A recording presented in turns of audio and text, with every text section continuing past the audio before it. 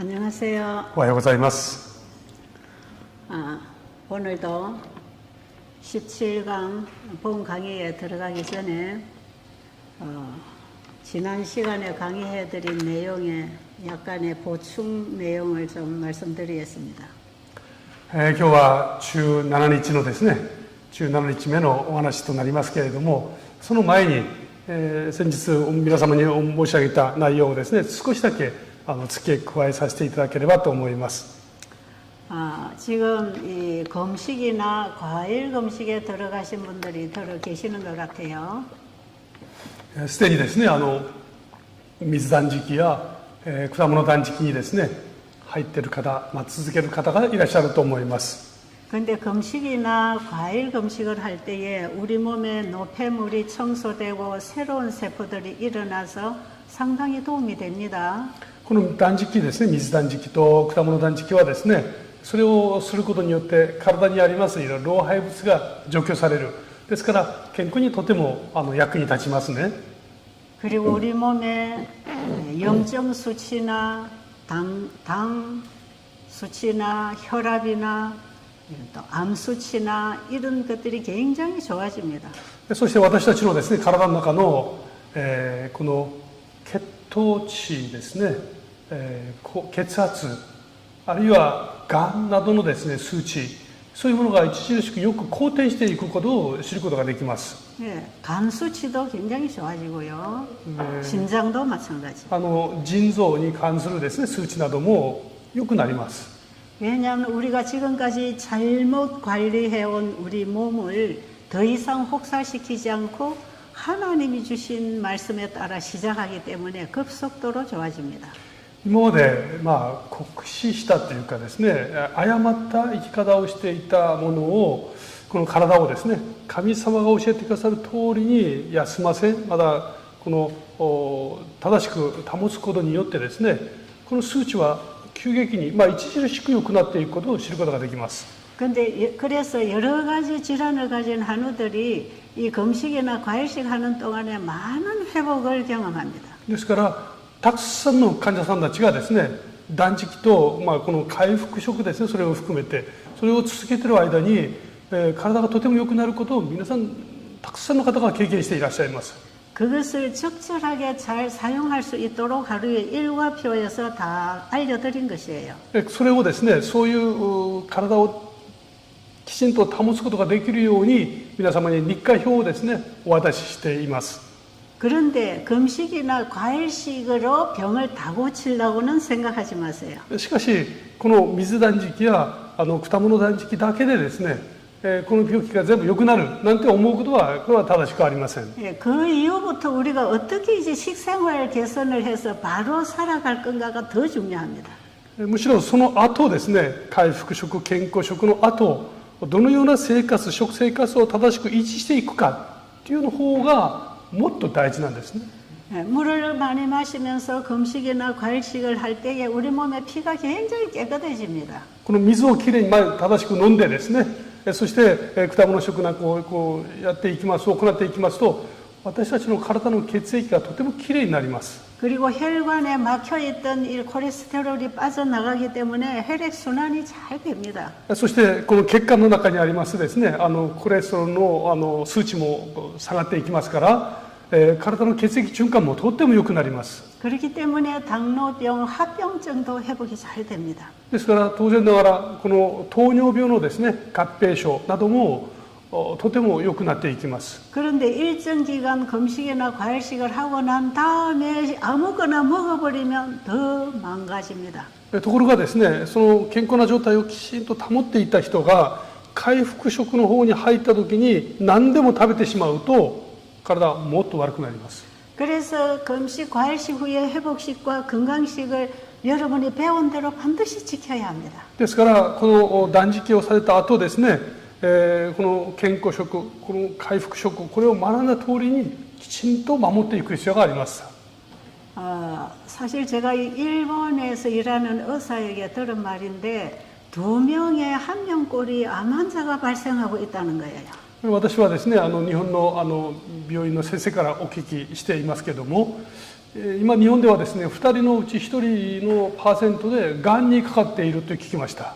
예, 이것은 이 나라 사람들이 고기를 많이 먹고 있어 그래요. その理由はですね、皆さん肉食をですね、好んでおられるからそうだと思います。 자, 바다에서 우리가 가져오는 생선들은 바다가 오염됐기 때문에 생선이 다 병이 들어 있습니다. 今海に住んでいる魚ですね、もしこの海が汚染されるならば魚は当然病んでいきますね。 특히 일본 땅의 후쿠시마 원전 사고로 인해서 일본 바다의 물고기는 절대로 먹으면 안 됩니다. 特にですね、今いろんな世界的には話題になっています、放射能の問題もありますけれども、いずれにせよですね、その魚を食べるときは、慎重を期することが望ましいと思います。 그리고 오늘날 돼지나 소나 닭이나 이런 짐승들도 다 병이 들어 있는 거 아십니까? そして実はですね、豚や牛ですね、そういった動物のその飼育の過程ですね、育てる過程、これに対しても我々はあまり知らないんですね。 이런 동물들이 사람에게 사육을 당하면서 동물의 자유를 잃어버려서 많은 스트레스와 질병을 앓고 있습니다. この豚や動物ですね、鳥もそうですけども、育てられるというよりはむしろ工場で作られると理解した方がいいですね。ですからその動物たちが得るストレスも大きいものです。病気もそうですけども。 그래서 짐승들이 병이 들어 있다는 걸 알아야 돼요. ですから多くのですね、動物はこの病気にかかっていることが当然たくさんありますね。 근데 우리 몸에 생기는 대부분의 병은 병든 물고기와 병든 고기를 먹음으로 그 병을 우리 몸으로 가지고 온다 그랬어요. でもしこの病気にかかった動物をですね、私たちが食べるならば、私たちの体は大丈夫でしょうか？ 그리고 여러분이 고기가 아니래도 이 유제품 같은 이런 음식을 먹으면 영양에 불균형이 일어납니다. 例えばですね、体に良いとされるその乳製品ですね、こういったものが私たちの体の健康を言われる通りに保ってくれればいいんですけども、 그리고 설탕 종류나 꿀 종류를 많이 먹으면 면역이 떨어집니다. それだけではありません。蜂蜜やですね、甘いお砂糖、こういうものをたくさん取りますと著しくこの免疫力が下がっていきます。 이런 원인에 의해서 우리 몸은 체질이 변질이 되고 기능이 약해지면서 여러 가지 병을 앓게 됩니다. そういうものをですね、たくさん取りますと私たちの体の機能は低下していきますね。そして弱っていきます。 그래서 이런 것들을 다 버리고 깨끗하게 하나님이 주신 자연의 음식을 먹으면서 몸은 다시 살아나는 것이에요. ですから私たちは聖書が教えるですね、一番本質的な生活に戻ることはごく自然です。神様がですね、与えてくださった食事に戻ることですね。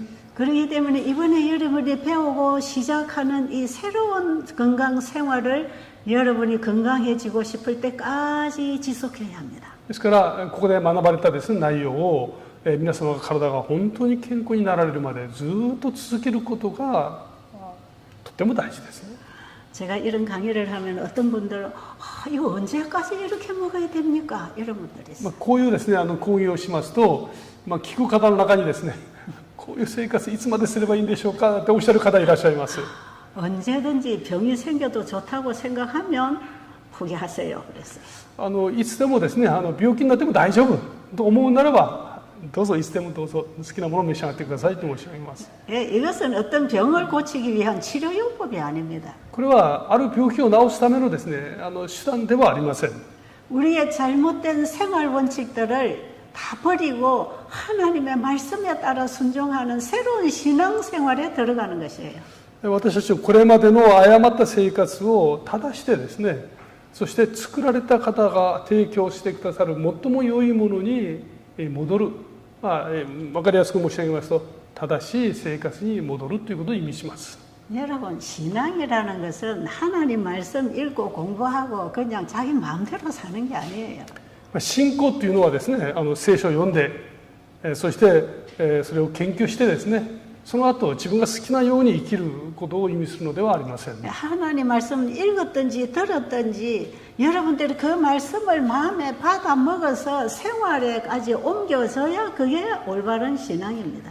聖書を読んだであろうとですね、あるいは聞いたであろうとですね、それを心にちゃんと刻んでそれに従った生活をしてこそ初めてこれは信仰になるわけですね。 성경에 내 믿음이 너를 구원했다고 하는 그 치료는 오늘날 이런 방법으로 일어납니다. 聖書を読みますとですね、あなたの信仰があなたを救ったという言葉がありますね。あるいは今まさに今申し上げたような生き方を指すものなんですね。はい、その神様の言葉に従って実行していったその信仰がということです。 그렇기 때문에 이번 기회에 이 새롭게 시작된 이 생활은 이제 끊임없이 일생 동안 해 나가는 여러분의 신앙 생활이 되기를 바랍니다. ですから今回ですね、皆様気づかれたいろんなことをですね、それが、皆様の生活となり、そしてこの地上に生きながらいる間ですね、それをずっと続けられる真の信仰生活につながっていくことも願っています。 하나님께서 우리에게 이런 건강생활 원칙들을 주신 것은 건강뿐 아니라 우리의 영적 건강을 회복하기 위해서입니다. このようなですね、健康のための大切なメッセージをくださったのは、単純に体の健康にとどまらずにですね、私たちの霊的な健康、全人的な健康のためにくださったものなんです。 이렇게 해서 피가 깨끗해지고 혈액순환이 잘 되고 우리의 몸이 활발하게 활동하게 되면 영적 활동이 좋아집니다. このようにですね、私たちの生活が変わって、血液の流れが良くなり、体が健康になっていきますとですね、私たちのこの霊的な生活も非常に活発に健康に変わっていきます。 그래서 똑같은 복음 말씀을 전해도 이렇게 금식이나 과일식, 건강식으로 하면서 말씀을 들으면 훨씬 잘 깨달아지고 은혜가 됩니다. ですから、このようにですね、同じ信仰生活を歩んでも、このような生活をしながらきれいな体と精神力を持ってこの話を御言葉を受け入れますとですね、はるかにこの受け止め方が変わります。 그래서 우리 목사님들에게 이런 말씀을 드리는 것이요, 전도회나 사경회 공부를 할 때에 다 과일식을 시켜놓고 하면 훨씬 공부가 잘 된다는 얘기를 하죠. ですから私はですね、教会の牧師の先生方にこういうことを進めていきます。先生方が講演会やセミナーをですね、行うことがありますね。その時に参加される方々にその期間中果物食を進めてこの講演会を進めていきますとですね、この効果がはるかに良いということ、恵みが大きいということをお勧めします。 그래서 제가 나가서 이렇게 열흘 프로그램 이런 걸 할 때도 처음에 절반은 금식하고 과일식하고 피를 맑게 해놓고 후반부에 복음을 전해줍니다. ですから私がこのようなセミナーを持つときはですね、最初は水断食、あるいは果物断食をですねお勧めして、それについて話を進め、後半にですね神様の福音について皆様にお伝えするようにしています。 예, 이번 세미나에서도 후반부에 여러분에게 전해드리는 이 복음 강의가 우리의 구원에 꼭 필요한 복음이기 때문에 중요합니다. そして今回もですね、後半に入って皆様にお伝えするこの福音についてのメッセージ、これが皆様にとって本当に大事なんですね。 자, 그러면 오늘 본 강의 제목은 처녀가 낳은 아들입니다. 今日のですね、17日目ですね、乙女が身ごもって男の子を産むんです。 여러분, 이 세상에 처녀가 애를 낳는 법이 있습니까? 皆様ですね、この世の中に乙女が子供を産むことってあるでしょうか。 이 세상에 태어난 사람 중에 처녀 몸에서 잉태되어 나온 아들은 딱 한 사람밖에 없어요. この地球の歴史の中でですね、乙女の体から生まれた人は歴史上一人しかいません。 그분이 예수입니다. その方がですね、イエス・キリストです。 이 세상에 가짜 예수가 참 많이 생겨나고 있습니다. この世の中にですね、この偽物のイエスが大勢いますね。 그러나 우리 죄인을 구원하기 위하여 하나님이 인간이 되어 오신 예수는 성경의 예언에 따라 오셔야 됩니다. しかしこの地上に来られるべき救い主はですね、聖書に予言された通りにこの地上に来られなければなりません。 지금 우리의 구주가 되시는 그 예수님은 어느 날 자기 스스로 태어난 게 아닙니다. 今日私たちの救い主となられたイエス様は、ある日急にポンと生まれたのではありません。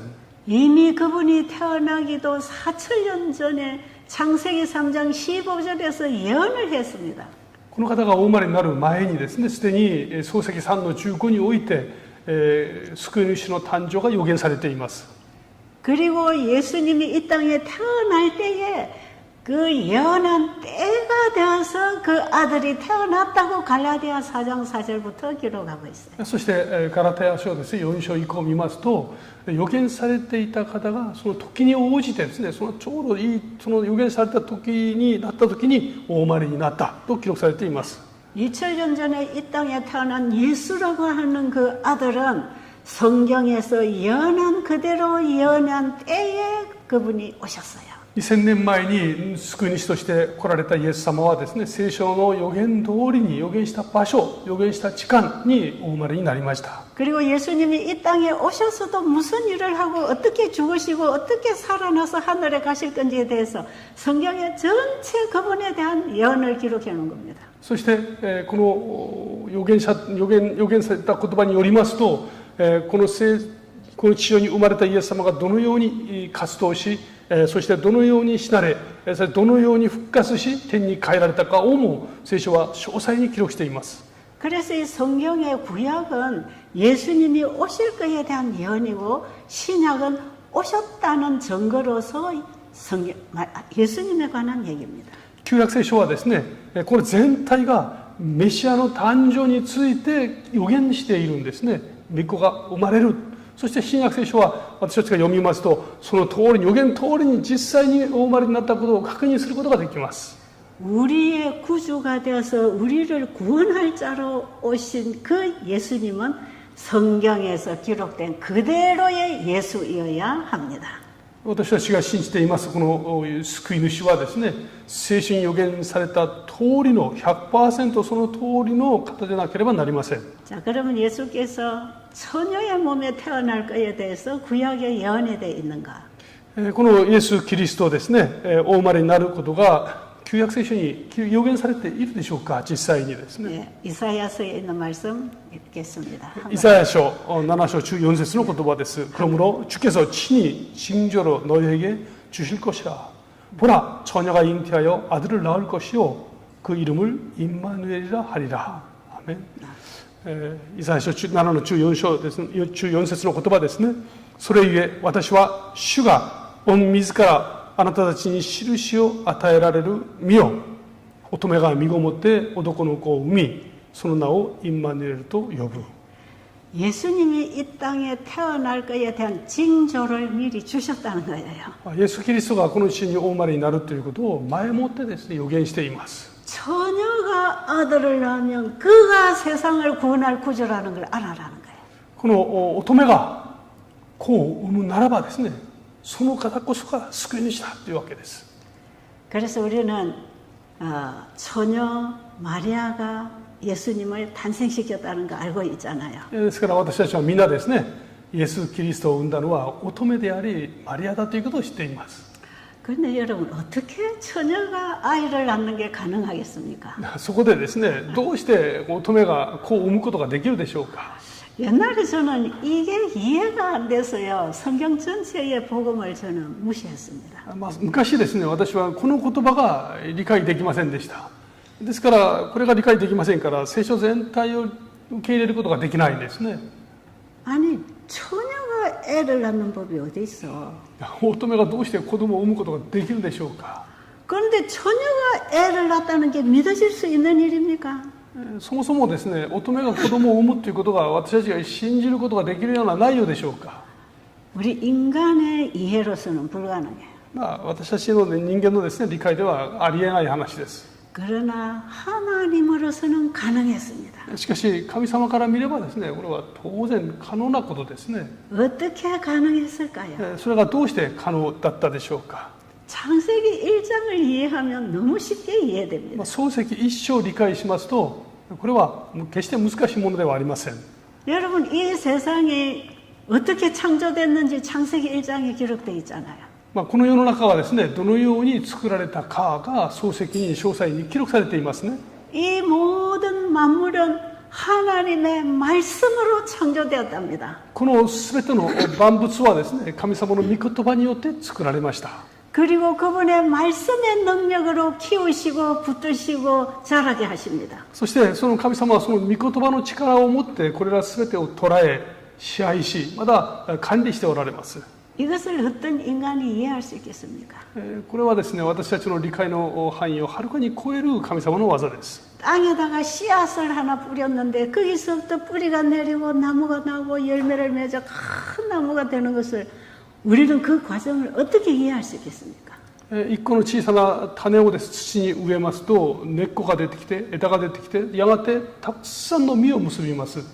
どうして我々がこれどういうプロセスでこれを理解することができるでしょうか。 그러나 사과 씨앗을 땅에 심는 농부는 그 씨앗이 사과 나무를 내어서 많은 열매를 맺게 할 것에 대한 희망을 가지고 씨를 심는 것입니다. このリンゴのですね種を土に植える農夫はですね、やがて大きな木となってたくさんの収穫を得ることを期待しながらですね、希望を持って植えていきます。 어떻게 그걸 믿고 씨를 뿌리지요? なんでそれをですね、信じて種を植えるようなことができるでしょうか。 많이 해봤기 때문에. それはもう仕事だからですね、たくさんこう経験してるからできるわけです。 무슨 씨앗을 넣었든지 그 씨가 가지고 들어간 그 종류대로 나무가 나오는 걸 봤잖아요. なんてあろうとですね、植えた種に見合ったものがたくさん収穫できるというそういうことを農夫は経験しているわけです。 그런데 성경에는 말씀만 하시면 말씀대로 이루어지는 하나님의 말씀을 씨앗에다 비유합니다. ところが聖書はですね、主が語るとその通りになるというこの出来事をですね、この小さな種に例えて語られます。 자, 도토리 속에 도토리 나무가 있습니다. どんぐりの中にですね、どんぐりの大きな木がこの中に入っていますね。 어떤 씨앗이든지 그 씨앗은 하나의 나무를 가지고 있다 이 말이에요. どんなですね小さな種であろうとその種の中には大きな木が隠れています。 하나님의 말씀은 그 말씀의 형체를 만들어내는 창조력이 있다 이 말이죠. 神様の御言葉の中にはですね、語られた言葉の通りになる創造の力を持っています。 그런데 천사가 마리아에게 찾아와서 이런 말을 했어요. ところが天使がですね、このマリアに訪ねてきて語りました。 네가 잉태해서 아들을 낳을 것이다. あなたが身ごもって、ね、男の子を産むであろう。 그러니까 마리아가 나는 아직 남자를 알지 못하는데 어떻게 애를 낳습니까? 그랬어요. その時ですね、このマリアはですね、私は男を知りません。どうしてそれが可能でしょうかという返事をします。 이때에 마리아는 요셉과 정혼한 관계로서 아직 결혼 관계는 이루어지지 않은 상태예요. この時はですね、マリアはヨセフと婚約はしたもののですね、まだ結婚まで至らないような関係にありました。 그런데 천사가 와서 네가 아들 낳을 거다. ところが天使はですね、あなたは男の子を産むというわけです。 이게 어떻게 가능합니까? それは不可能な話ですね。 그런데 네가 낳을 아들은 거룩하신 자 하나님의 아들을 낳을 것이다. ところがあなたが産む子供は聖なる方、神の子を産むであろうと教えるわけです。 그리고 그 천사는 낳을 아들에 대한 이름까지 말해줬어요. そしてその天使はですね、生まれるであろう子供の名前まで告げました。 네가 아들을 낳을 것인데 이름을 예수라 하라. あなたが男の子を産むであろうその名前をイエスと名付けなさいと言います。 그때에 마리아가 어떻게 반응했는가? その時マリアはですね、どのように答えたでしょうか。 그 말씀대로 이루어지기를 원합니다. その言葉通りになることを心から願いますと言いました。 그게 마리아의 믿음입니다. それがマリアの信仰だったんですね。 하나님께서 말씀하신 대로 제게서 이루어지기를 원합니다 하는 것. あなた様の語られる通りに、言葉通りにこの身になりますように。 여러분 이 당시에 처녀가 임신을 하면 어떻게 되는지 아세요? 皆様はですね、この当時乙女がですね身ごもったらどういうこの仕返しが来るかご存知でいらっしゃいますか？ 처녀가 임신을 하면 가늠한 거 아닙니까? この乙女が妊娠をしたということはどっかで勧誘してきたということを表します。 그리고 요셉과 결혼하기 위해서 약혼까지 했는데 이 약혼녀가 임신을 하면 남자가 원하겠습니까? そしてヨセフとですね婚約をしている身ですからそんな状態で子供ができたと言ったらですねそれは結婚はもう破棄ですよね。 마리아는 지금 하나님이 주신 이 말씀을 만약에 받아들이고 그대로 된다면 자기가 해를 당하는 걸 알아요. マリアはですねこの天使が言う通りに実現するとなるとつまり婚約の状態で身ごもってしまったら自分はただでは済まないことを知っているわけです。 요셉과 결혼할 것도 파혼이 되겠지만 ヨセフとの結婚は当然もうキャンセルされますね。 처녀가 임신을 했으니 간음죄로 돌 맞아 죽을 거 아니겠어요? そして乙女ですからこの乙女が子供を身ごもってますので石で殴り殺されますね。 마리아가 하나님의 뜻을 받아들이기 위해서는 자기가 포기돼야 됐습니다. ですからこのマリアがですね神様の言葉をこの身の上になりますようにって受け入れるということはつまり自分自身を完全に諦めることを意味します。 이것은 우리가 거듭나는 과정에도 똑같은 신앙이 필요하다는 것이에요. これはですね私たちが新しく生まれるこの過程においても必ず必要なプロセスです。 결국 마리아는 자기가 죽거나 사나 자기 인생이 어떻게 되나 그걸 생각하지 아니하고 하나님의 말씀이 이 계집종에게 이루어지기를 원합니다. たとえこのことがですね実現することによって自分の身の上にどのようなことが起ころうとも神様の御胸がなりますようにと自分を差し出していきます。 그 마리아의 믿음이 예수를 잉태시키는 믿음이었어요. その信仰がですねこのイエス・キリストを身ごもる信仰につながりました。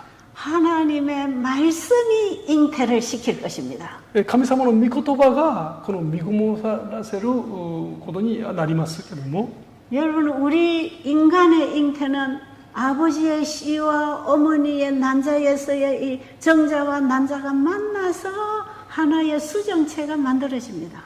私たち人間はですねお母さんとお父さんがですね、こう出会ってそして、愛し合ってですね一つの命が身ごもるようなプロセスを得ますね。 근데 마리아가 예수를 잉태시킨 이 방법은 우리 인간의 방법으로가 아니라 하나님의 방법으로 된 것이에요. しかしこのマリアはですね我々人間の方法とは全く異なります。神様の言葉がそれを実現させたんですね。 저는 이 마리아가 예수를 잉태시킨 이 사실하고 창세기 1장에 하나님이 없는 곳에서 있게 하시는 이 창조력을 저는 연결해서 이해하게 됐어요. この乙女が身ごもるという出来事ですねこれはまさに創世記一章の神様の創造の言葉とその技を通して理解することができました。 하나님의 말씀이 예수의 씨를 마리아에게 넣은 것입니다. この神様の言葉がですね命となってこのマリアの体に宿ったわけです。 하나님의 말씀으로 받은 그 생명의 씨는 예수입니다. 예수. このマリアがですね神様の言葉を通して身ごもることができたのは他ならぬイエス様だったんです。 마리아가 그 말씀대로 되기를 원했을 때 예수가 마리아의 자궁에 잉태하기 시작했어요.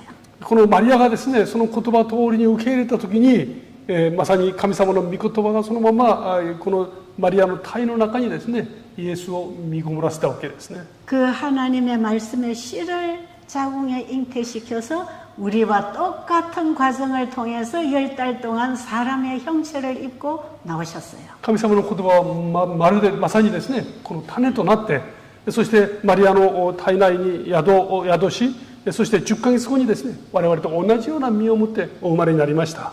그래서 예수님이 가지고 오신 그 생명은 우리 인간이 범죄한 죽음의 생명이 아니었습니다. ですからイエス・キリストが持っておられたその命はですね罪を犯して、その堕落してしまった私たちと同じような命を持っておられたわけでは全くありません。 아버지의 씨를 받아서 태어난 우리 인간은 다 사망의 씨를 받아서 죽음을 향해서 살아가게 돼 있습니다. 私たちはですね父の父親母親の間でですね生まれますけども、つまり生まれながら罪人として生まれます。死ぬしかない存在ですよね。 이 땅에 태어난 모든 인간은 다 사망의 씨를 받아서 태어나자마자 죽음을 향해서 살아가다가 죽습니다. ですからこの地上で生まれた全ての人々は生まれながらアダムの子孫としてですね、そして生まれながらその瞬間から死に向かって歩む人たちです。 그런데 예수라고 하는 그분이 가지고 온 씨는 하나님의 씨입니다. ところがイエス様というこの方の種はですね、神様ご自身の種ですね、命の種ですね。 하나님께로부터 죽지 아니하고 썩지 아니할 씨로 그분은 잉태된 분입니다. イエス様は決して朽ちることのない、決して死ぬことのない種によって身ごもられた方なんですね。 그러나 엄마 몸에서 10달 동안 형체를 다 입었습니다. そして10日間ですね、お母さんのお腹の中でこの成長していきます。 그리고 사람이 볼 때는 우리와 똑같은 아이가 하나 베들레헴에 태어났습니다. そして人々が見るとですね、私たちと全く同じ体を持った小さな赤ちゃんがベツレヘムでお生まれになりました。 그래서 예수님은 우리와 똑같은 인간의 모양을 입고 오셨지만 그분 안에 있는 생명은 아버지와 동일한 신성이었습니다. ですからイエス様はですね、私たちと全く同じ体を持って来られましたけども、その方が持っておられる命はですね、罪を犯す人間とは異なる神ご自身の命を持って来られたんですね。 그런데 이 아들을 이 땅에 보내신 하나님이 인성을 입히고 보내신 아들을 통하여 하나님의 뜻이 이루어질 것이었습니다. そしてこのイエス・キリスト、人間の身を持って来られたイエス・キリストを通して神様の御胸がですね、この地上で実現していくのですね。 그것이 아버지의 뜻이라고 예수님 말씀하십니다. それが父なる神の御胸だということをイエス様は何度もおっしゃいます。 나는 이 땅에 내 뜻을 행하려 온 게 아니라 내 아버지의 뜻을 행하려 왔다 그랬어요. 私はこの地上にですね、自分の思いを実現するためではなく、父なる神様の御胸を実現するために来たとおっしゃいました。 그 내 아버지의 뜻은 아들을 보고 믿는 자마다 영생을 얻는 것이라고 했습니다. そして父なる神様の御胸はですね、御子を信じる者は一人も滅びることなく永遠の命を得ることにあるとおっしゃいます。 만약에 이 죄인들이 사는 세상에 하나님이 직접 오셨으면 우리 인간은 다 소멸되고 죽습니다. この罪を犯したこの地上にですね、父なる神様が直接来られたならば、我々はみんな滅びてしまうでしょう。 하나님의 거룩하심과 그 의로우신 영광에 우리 죄인은 소멸당할 수밖에 없는 존재들이에요. 神様のですね、その義なる神、そして聖なる神のそのお姿の前でですね、私たち罪人はもう消滅するしかなすことがないはずです。 그래서 우주를 창조하신 그 하나님은 아들을 통하여 우리를 구원하시려고 아들에게 인성을 입히셨습니다. ですからこの神様はですね、私たちを救うために、御子イエス・キリストにですね、私たちと同じこの人間人生を着せてこの地上に送ってくださいました。 우리와 똑같은 죄 있는 인간의 몸을 입고 이 땅에 오셨어요. 私たちと全く同じ罪のあるこの人間の姿をとってですね、この地上に来られました。 죄 있는 인간의 몸을 입고 이 땅에 오신 것은 우리 죄인을 구원하여 하나님의 자녀 되게 하시려고 그렇게 하신 것입니다. そのようにですね、姿でもって来られた理由は、罪人である私たちを神の子にしようと思って、そのような姿をとって来られました。 그런데 창세기 3장 15절에 보면 創世記3の15を見ますと、 사탄이 인간에게 죄를 집어넣은 이후에 サタンが人間に罪を入れていきますね。 하나님께서는 그 사단과 싸워서 박살을 내버리려고 전쟁을 하기 위하여 이 땅에 오시겠다고 약속하십니다. この神はですね、この人間に罪をもたらした悪魔と戦って勝利されるためにこの地上に来られると予言されています。 사탄이 하늘에서부터 전쟁을 시도했지만 실패했습니다. 天においてですね、最初の戦いが起こりましたね。しかしサタンは、負けました。 그리고 이 지구를 창조했을 때에 인간에게 죄를 넣어서 이 지구를 사탄이 다스리려고 했던 것입니다. その天において敗北したサタンはですね、この地上に来て戦いをまた広げていきます。人々を罪に陥れました。 그래서 에덴 동산에 하와에게 접근해서 죄를 집어넣었어요. このエデンの園でですね、エバを誘惑して、そして善悪の木の実を通してですね、罪に陥れていきます。 그러나 하와가 선악과를 먹었지만 사단으로부터 미혹을 받아 속아서 먹었기 때문에 하나님은 인간에게 한 번의 기회를 주셨습니다. この妻はですね、サタンに誘惑を受けて騙されてですね、罪に落ちていきます。アダムもそれを食べました。だから神様は彼らにもう一度ですね、この救いを得ることのできる機会をくださるんですね。 그러나 사탄이 이 세상을 자기 것이라고 주장하면서 우리 인간을 괴롭힐 것이었기 때문에 예수님은 이 땅에 여인의 후손으로 와서 사단과 싸워 이기실 것이었습니다. この地上で全ての人々を罪の支配下に置いて人質と取っているこのサタンと戦うためにですね、イエス・キリストは人間の体を持ってこの地上に来られました。 그래서 예수님은 창세기 3장 15절에서 대전쟁을 선언하시고 약속대로 이 땅에 오셨습니다. だからこそ神様はですね、創世記3の15、大いなる戦いですね、善悪の戦いが起こることを予言され、そして予言通りにこの地上に来られました。 바로 여자의 몸을 통해 오실 것이었습니다. それはね、その言葉通りにまさに乙女の体を持ってこの地上に来られたんですね。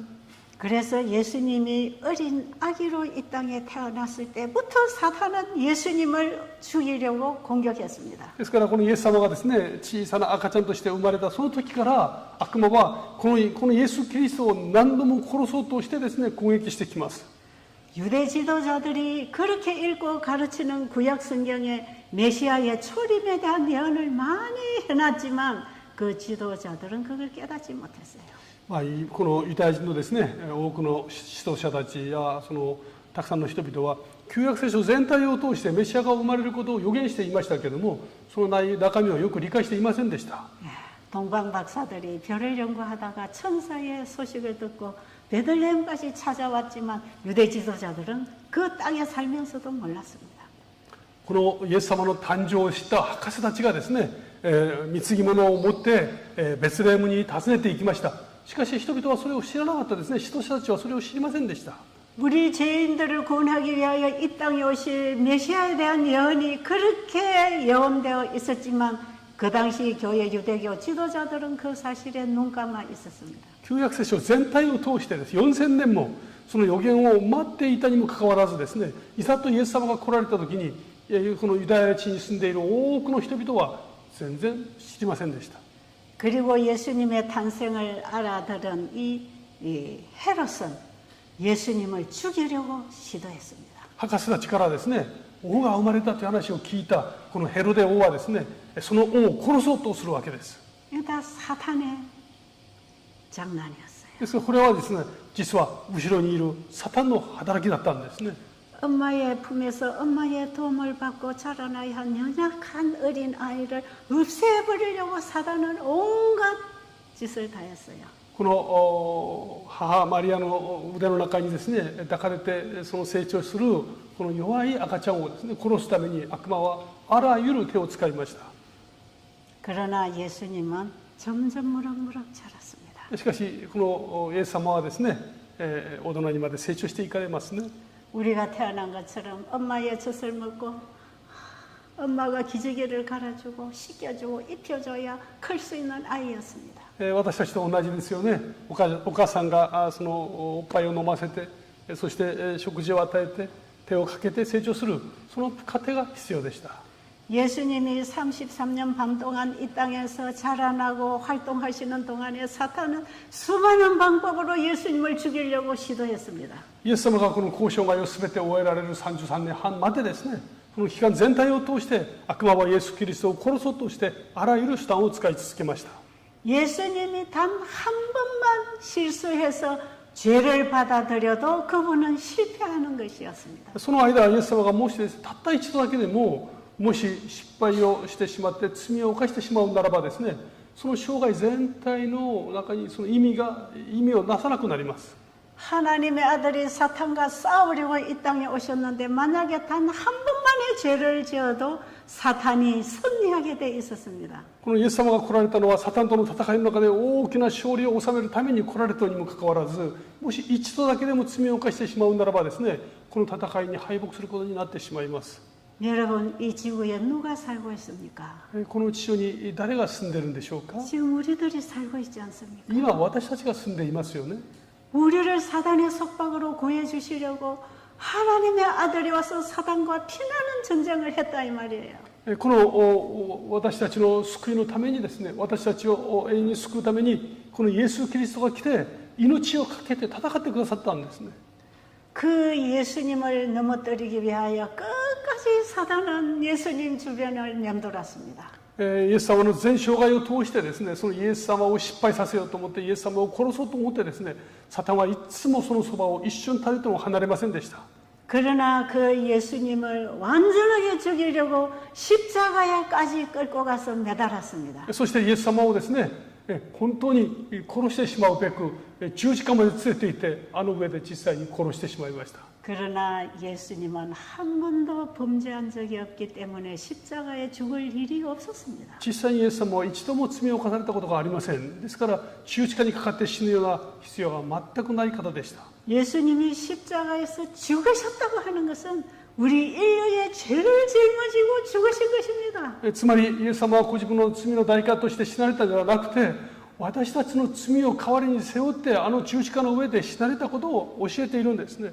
예수님을 십자가까지 끌고 가서 공격을 하면 예수님이 아마 포기할 거라고 생각했던 모양입니다. おそらく人々はですね、そのイエス様を十字架まで連れて行って、そして十字架にかけてしまうところまで行けば、この救いの働きをもしかしたらイエス様は諦めてしまうことがあるかもしれないと思ったかもしれません。 그러나 예수님에게는 한 점 죄도 없는 분이기 때문에 우리 인류의 죄를 대신하여 죽으실 수 있는 속죄 제물이 되셨다는 것입니다. イエス様は何一つ罪を犯さなかったにもかかわらずですね、十字架で死なれたのはむしろ私たちの罪の贖いのためにですね、捧げ物となってくださったんですね。 예수님은 이 땅에 오셔서 우리와 같은 똑같은 인생의 목숨이 끝날 때에 그는 우리의 제물로서 끝나신 것입니다. イエス様がその地上に来られてその命を終えられる時、それはまさにですね、私たちの罪をすべて処理するその瞬間であったということを知ることができます。 그래서 예수님은 십자가에서 숨을 거두시면서 다 이루었다고 합니다. ですからイエス様は十字架の上で死なれる時ですね、すべて終わったとそうおっしゃいました。 그 다 이루었다가 무슨 의미입니까? すべて終わったってどういう意味でしょうか。 하늘에서 아버지와 함께 약속한 그 일을 이루었다 이 말이에요. 天でですね、父なる神様と約束したその救いの技、それをすべて完成したということを意味します。 예수님을 우리 인간의 속죄 제물로서 어린 양으로서 죽으실 것에 대한 예언을 미리 다 하셨어. 聖書の中を見ますとですね、イエス様は全人類の罪をあがなうべくこの犠牲の捧げ物になってくださると予言されていたそのことが全て実現したわけです。 그러나 예수님이 십자가에서 다 이루시고 죽으심으로 끝난 게 아니고 3일 만에 다시 살아나셨습니다. しかしイエス様はですね、全ての人々の罪を背負って十字架で死なれたことで終わったのではなく、3日目に復活されました。 여러분 이 세상에 처녀에게서 나서 죽였는데도 다시 살아나 부활하신 분이 있습니까? この地上においてですね、乙女から生まれ、そして十字架で死なれ、そして3日目にまたその死を打ち勝って復活された方がいるでしょうか。 그런 인간은 없어요. そういう人はいません。 예수님은 죄가 하나도 없는 분이었어요. イエス様は罪のないお方でした。 우리와 연약한 죄 있는 육신의 몸을 입고 오신 그분이 어떻게 그렇게 승리만 하셨을까요? 私たちと全く同じ体を持って来られたこのイエス様がどのようにですね、日々その勝利をずっとその生涯を通して重ねることができたでしょうか。 우리와 똑같은 인간의 몸을 입고 오신 그 예수님은 우리의 인성처럼 그분의 인성이 연약한 분이었어요. 私たちと全く同じようなですね、この身を持って来られたイエス様をですね、本当に優しくてですね、人間の思いを全部持っておられる方でした。 그런데 예수님이 끝까지 승리하게 된 것은 예수님 인성 자신의 힘으로가 아니라 아버지를 의지하는 믿음으로 승리하신 것입니다. そのイエス・キリストがですね、全生涯においてその勝利を収めることができたのは、人間として来られたイエス・キリストの力ではなくて、父なる神様の御胸を徹底して生きたその天の父なる神様の御胸そのものでした。 예수님은 하늘에서 아버지와 약속하시고 인성을 입기로 하신 거기서부터 아버지에 대한 믿음을 가지고 인성을 입으셨어요. この天においてですね、人間の体になることを約束されたその瞬間から、イエス様は徹底してですね、私たちと同じ人間の体の中に父なる神様の御胸を持ってこられました。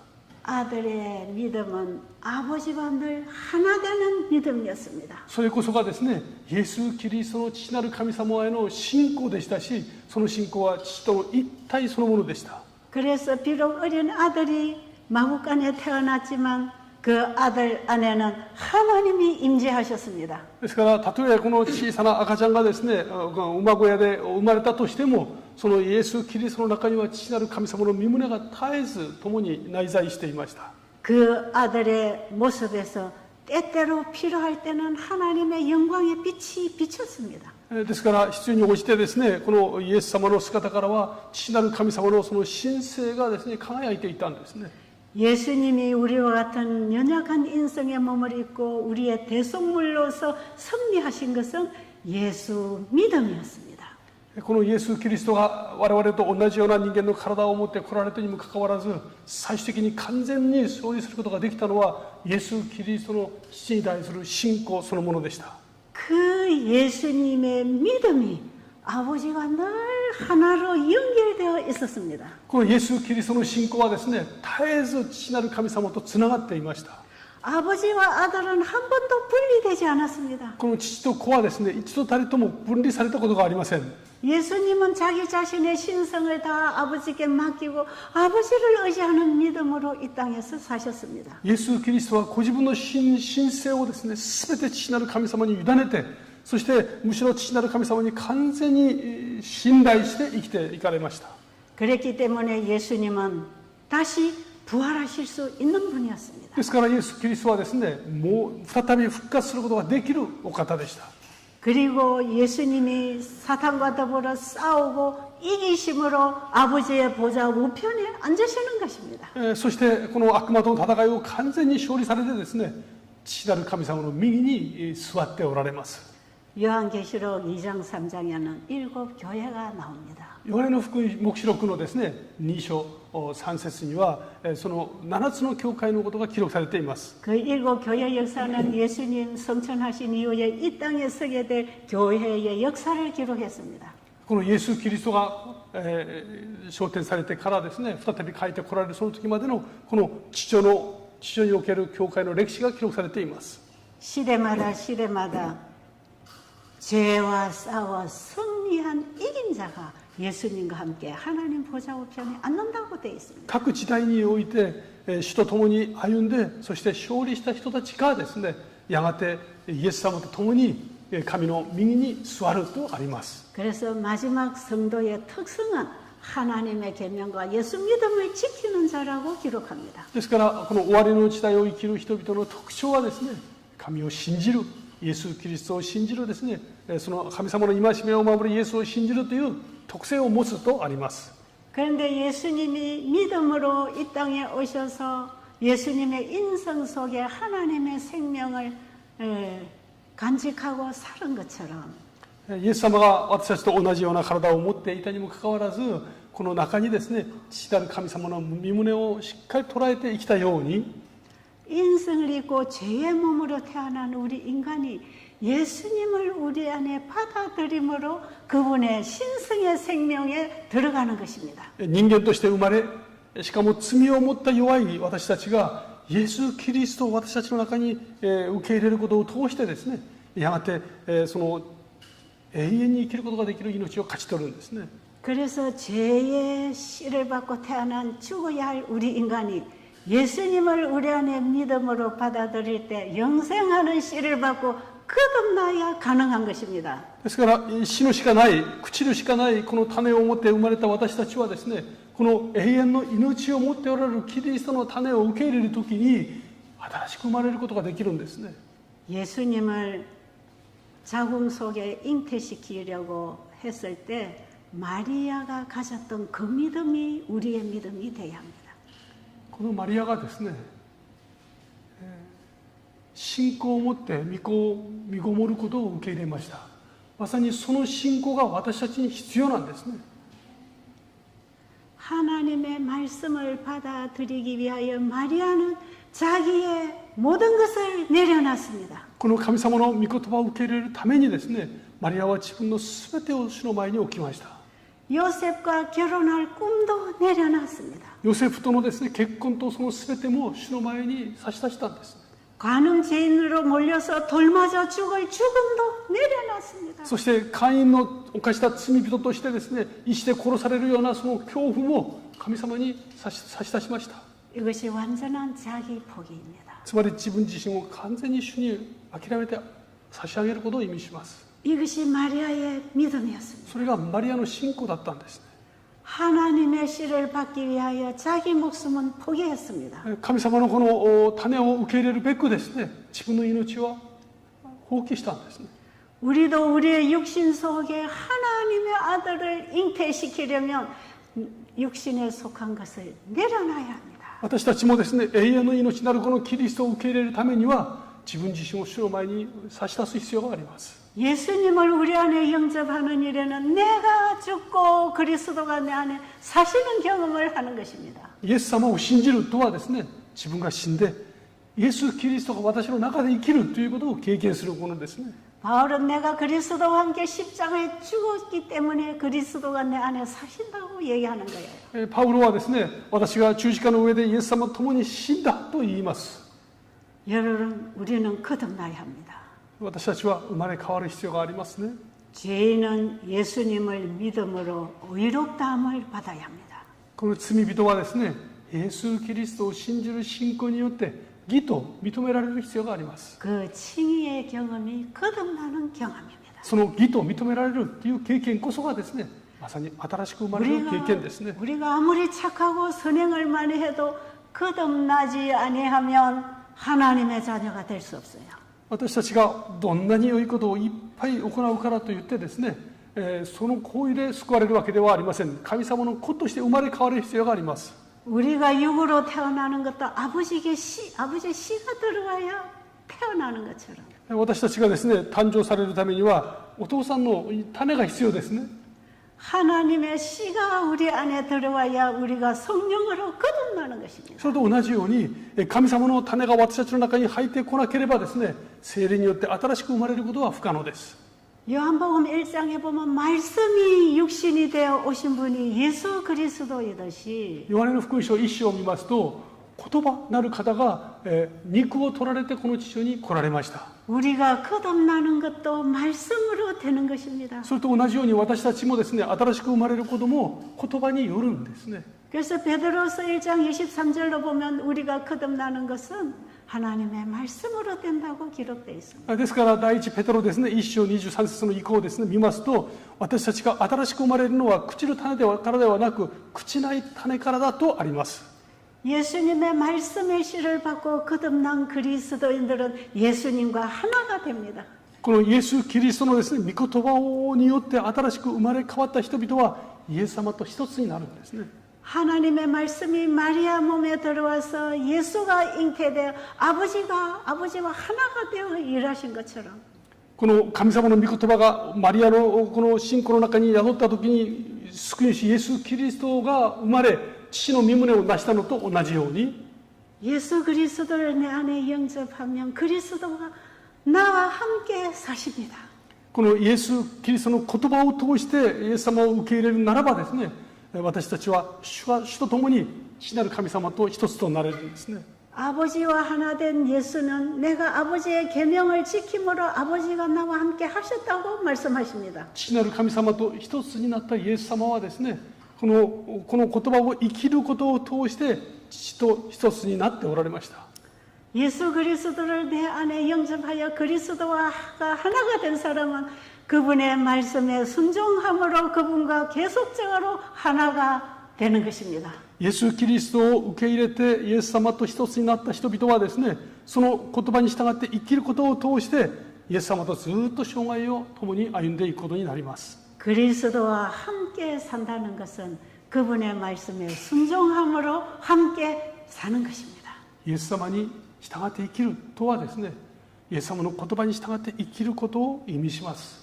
여러분, 이번에 우리는 먹는 것부터 인간관계로부터 신앙관계를 어떻게 하고 살아야 되는지를 배웠습니다. 今回私たちはですね、何を食べようかですね、そして人々の関係をどのように保つべきか、信仰の歩みをどうするかを学びました。 이것은 단순하게 병 고치는 요법이 아닙니다. これは単純にですね、病気を治すための良い手段になるわけではありません。 주님과 함께 동행하며 하늘 가는 백성들의 삶의 모습입니다. この主と共にですね、御国に向かって歩んでいく真の神様の民の生き方ですね。 그래서 우리는 병이 낫든지 안 낫든지 이렇게 살아야 합니다. ですから私たちは病が治ろうと治るまいとですね、こう生きるべきなんですね。 우리가 이렇게 살아도 언젠가는 또 죽을 것입니다. このような生き方をしてもいつかは私は死を迎えます。 이것은 병이 낫고 안 낫고의 확신을 잃어버리면 안 됩니다. ですから病気が治るとか治らないとかいうことでこのような生き方をへの信仰への道の確信を失ってはいけません。 이것은 영원한 복음을 받아들인 자는 이 사단의 속박으로부터 나오는 것입니다. この永遠の福音を受け入れた人はですね、サタンの支配から完全に自由になることを意味します。 하늘에 갈 백성은 세상에 속해 사는 게 아닙니다. この天に行く民はですね、この地上に属して生きる人たちではありません。 우리는 먹는 것, 사는 것, 생활 방식, 교육 방식, 신앙 방식이 세상과 같지 않습니다. 私たちは食べ方、飲み方、その生き方、学び方、すべてがですね、この世とは異なる人たちです。 세상 바벨론으로부터 나오라는 것이 バビロンから出てくる人たちなんですね。 어디서부터 나와야 합니까? どこから出てくるべきでしょうか。 내 마음에서부터 나와야 합니다. 私の心の中のですね、過ちから自我から出てくる必要があります。 내 자아의 바벨론으로부터 탈출해야 됩니다. 自我の中にあるこのバビロン、そこから出てくるべきですね。 주님이 내게 오셔서 탈출시켜 주십니다. 主が私をそこから導き出してくださいます。 그리고 주님과 함께 우리는 천국행으로 가야 합니다. そして主と共にですね、御国に向かって日々歩むべきですね。 그것이 주님의 말씀에 따라 순종하는 것입니다. それが御言葉に従って生きる生き方ですね。 하나님의 계명과 예수 믿음을 지키는 자는 그렇게 사는 것입니다. 神様の戒めを守り、イエス・キリストを信じる人々はそのように生きていきます。 예수님께서 부활하셔서 어디에 가셨습니까? イエス様は復活してどこに行かれたでしょうか。 요한계시록 4장 5장에 보면 예수님이 가신 곳이 계십니다. 黙示録のですね、4章5章を見ますと、イエス様が行かれた場所が記録されています。 거기가 하나님의 보좌입니다. 父なる神の御座のところですね。 여러분, 제 눈이 어두워서 세상 것이 다 안 보여요. 私はですね、目が見えないので世の中のものを見ることができません。 그런 하나님께서 저에게 끊임없이 말씀의 빛을 주셔서 영의 눈을 열어주신다 그랬죠. しかし神様はですね、絶えず御言葉を通して見えないものが見えるようにしてくださっています。 저는 요즘에 기도할 때마다 예배 드릴 때마다 하늘의 보좌를 바라봅니다. 私は毎朝ですね、神様に祈りを捧げるたびに御言葉を読むためにですね、天の御座を見ます。 여러분, 오늘 집에 가시면 요한계시록 4장과 5장을 꼭 읽으세요. 皆様今日ですね、ご自宅に帰られましたら黙示録の4章5章を読んでいただきたいと思います。 하나님의 보좌 앞에 고개를 숙이고 있는 내 생물과 24 장로와 천천만만 천사들이 있습니다. この神様の御座の前でですね、ひざまずいているそこに4つの動物と長老たちとおびただしい天使たちの姿が描かれています。 이들이 밤낮 쉬지 않고 하나님께 거룩하다 거룩하다, 전에도 계시고 이제도 계시고 영원히 계실 주님께 영광 돌리는 찬양이 올려지고 있습니다. 彼らはですね、ずっとあそこで決して絶えることなく神様の栄光のためにですね、昔も今もそしてさらにこれから今後もずっと永遠なる方への賛美を賛美し続けています。 여러분, 그 광경을 가만히 명상을 해보세요. その光景を瞑想してみてください。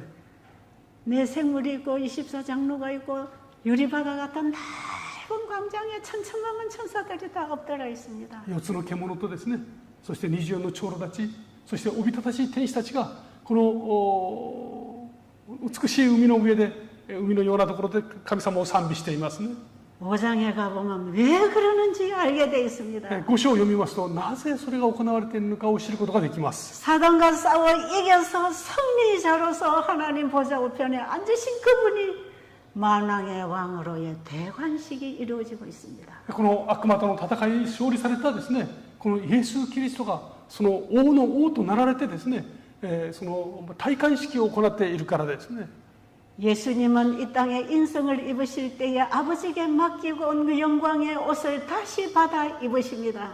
この地上に来られた時に、その人生を捨ててですね、その神の栄光を捨てて人間となられたそのイエス様がですね、再びその栄光を受け取っておられるわけです。 그리고 이 땅에 오셔서 사단과 싸워 승리하신 분으로서 우주의 왕권을 회복하는 왕의 대관식을 하고 있는 것입니다. そしてこの悪魔に勝利してですね、全宇宙における王の王として戴冠式を行っている光景が描かれています。 예수 그리스도께서 우주의 대왕의 자리에 앉으실 때에 이 지구는 예수님으로 인하여 다시 회복되게 되어 있습니다. その時にですね、この地球はイエス様のその栄光に満ちた姿によって地球は完全に回復されます。 하나님이 천지를 창조하신 분으로서 죄지은 인류를 구원하기 위하여 인간이 되어 오셨던 그분이 왕위에 오르신 것입니다. この全てを作られた神様がですね、この地上での戦いを勝利を終えて、もう一度ですね、全宇宙の王となられたんですね。 여러분 만약에 하나님의 아들을 이 땅에 연약한 아이로 보내셨을 때 우주 국민들은 손에 땀을 쥐고 쳐다보고 있었을 것입니다. おそらくこの全宇宙の王なる方がですね、この小さな赤ちゃんとしてこの地上に来られた時、全宇宙の民はですね、おそらく本当に心細い思いを持って見ていたことでしょう。 사탄이 지배하는 이 세상에 주님이 어린아이로 오셨을 때 사탄이 그를 얼마나 공격했습니까? この地球は他ならの悪魔が支配しているところですね、そこに弱い赤ちゃんとして来ていた時、悪魔はそれからどれほどこのイエス・キリストを攻撃していたことでしょう。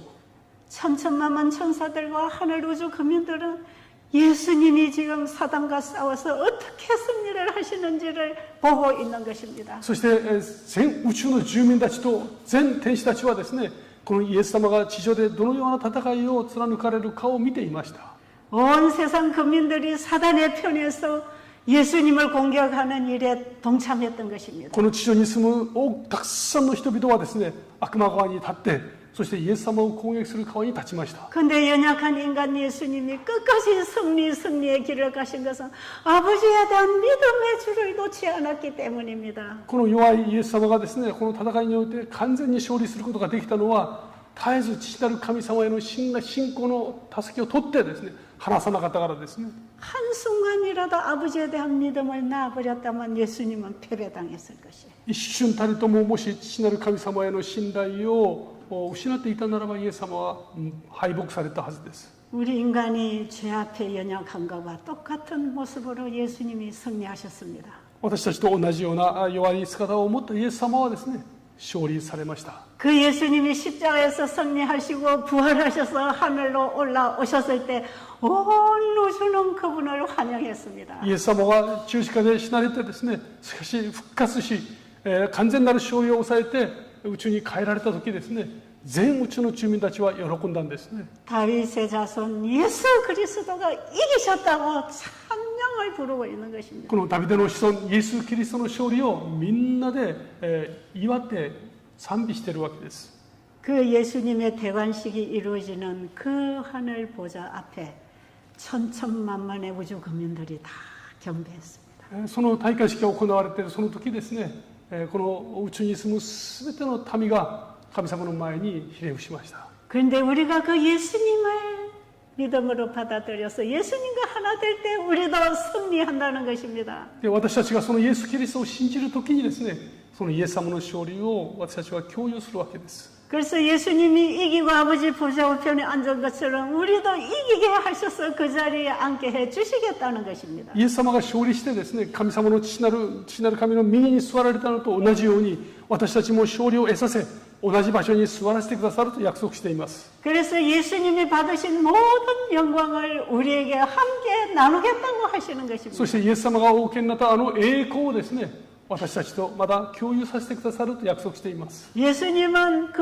우주의 왕권을 회복하셨지만 우리와 똑같은 인성을 입으신 하나님의 아들이었습니다. イエス様は全宇宙の王でいらっしゃいますけれども、その方は私たちと同じ人間となられた方でした。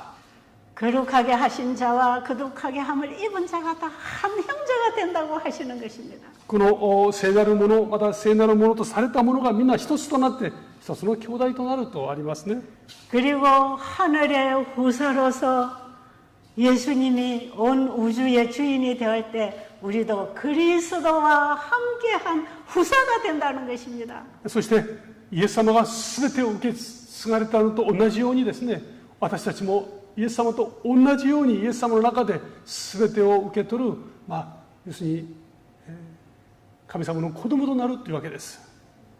로마서 8장에 우리가 그리스도 안에서 승리하게 될 때 그리스도와 함께한 후사가 된다는 것 아닙니까? このローマ書ですね、8章を見ますと、私たちがイエス様と共にイエス様の中で勝利したものとしてですね、全てを受け継ぐものとなると教えています。 여러분 성경 여기저기를 다 연결해 보세요. 이 영원한 복음이 우리에게 어떻게 와 있는지 알겠습니다. 聖書を隅々にですね、この永遠の福音が私たちとどのような関係があるのかを詳細に教えています。 하늘의 대왕이신 예수님과 한 형제로서 우리는 왕권을 가지고 영원히 하늘에서 살 것입니다.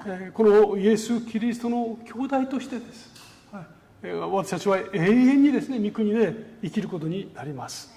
그것이 나의 미래의 납니다. それが今後将来の私たちの姿なんですね。 그 자리가 미래의 우리의 자리다 이 말이죠. まさにその場所がですね、将来の私たちのいるべき場所なんですね。 그래서 그 주님은 창조주로서 우리 죄인을 구원하는 구속주로서의 영원한 영광을 받으십니다. そして主はですね、永遠に私たちの創造主であられ、私たちの救い主としてですね、私たちからの賛美を受けてくださいます。 저는 하나님 말씀에서 이런 공부를 하면서 저는 밤을 새워 잠을 못 자고 공부한 날이 하루 이틀이 아니에요. このようなですね、勉強していきますと、驚くべきこの神様の恵みに夜眠らずに過ごしたことがたくさんあります。 여러분 시대의 소망 전체가 이 얘기를 하고 있습니다. 各時代の希望はですね、まさにこのような恵みで満ち溢れています。 그래서 제가 작년에요 시대의 소망 책 전체를 자꾸 한 장씩 강의를 다 해서 유튜브에 내놨어요. で、私は昨年ですね、この各時代の希望各章すべて隅々まで、皆様にお話をしてですね、それを YouTube に全部載せていました。 여러분들이 한국말을 들을 수 없어서 유감이지만 저는 이 복음을 온 세상에 전하고 싶어서 내놓은 것입니다. 私はこのメッセージをですね、すべての人々にぜひ聞いてほしいと思って、それを YouTube で流しています。皆様、韓国語がお分かりにならないので、残念ですね。 시대의 소망은 예수 그리스도십니다. いかなる時代においても、各時代の希望、それは他ならぬイエス・キリストですね。 시대의 소망은 예수님의 믿음을 우리에게 가르쳐 줍니다. 各時代の希望、それを通して、イエス・キリストへの信仰をどう持つべきかを教えてくれます。 그 예수 믿음을 가진 자가 마지막 성도로 구원받을 성도입니다. その信仰を持った人々こそがですね、終わりの時代に救われるべき人々です。 이 시대의 소망은 바로 우리가 이 시대에 전할 셋째 천사의 기별입니다. そしてこの時代の規模こそがですね、私たちが今伝えていくべき三天使の使命なんですね。 여러분 이제부터 공부하세요. ぜひですね、この学びを深めていただきたいと思います。 예수님 아는 공부에 들어가세요. そしてイエス様についてですね、深く学んでいただきたいと思います。 그분을 알기 위하여 금식하며 기도하며 공부하세요. その方を学ぶために断食をして祈りつつですね、学んでいただきたいです。 여러분 무슨 일로 바쁩니까? 皆様いろいろと忙しくていらっしゃいますよね。 사탄은 우리에게 바쁜 일을 만들어서 우리의 구원받을 준비할 수 있는 시간을 다 도둑질하고 있다는 거 아십니까? サタンは私たちをですね、あれでこれで忙しくさせて、本当に救いのために学ぶべき時間、その時間を全部私たちから奪ってしまいます。 예, 곧 예수님 오십니다. まもなくイエス様が帰って来られます。 그때 우리 함께 맞이합시다. イエス様を共に迎えることを願っています。 감사합니다. ありがとうございます。主なる神様、イエス様が十字架の上で全てが終わったとおっしゃった時に、ここにいます私たちの顔を鮮明に見ておられたことと思います。だからこそ私たちのために喜んで命を投げ出してくださったはずです。神様は私たちもまだやがてイエス様が来られるのを迎えて、父なる神の右に座る姿を見つめる信仰を与えてください。でその信仰を持った者としてこの地上のいくらかの困難を乗り越え、そしてイエス様と共に勝利していくものとさせてくださいますようにお祈りいたします。神様、そのために必要なすべてはあなた様の中にあります。あなた様が与えてくださいますあなた様を信じる信仰をお一人お一人の上に豊かに増し加えてください。イエス様の皆によってお祈りいたします。アーメン。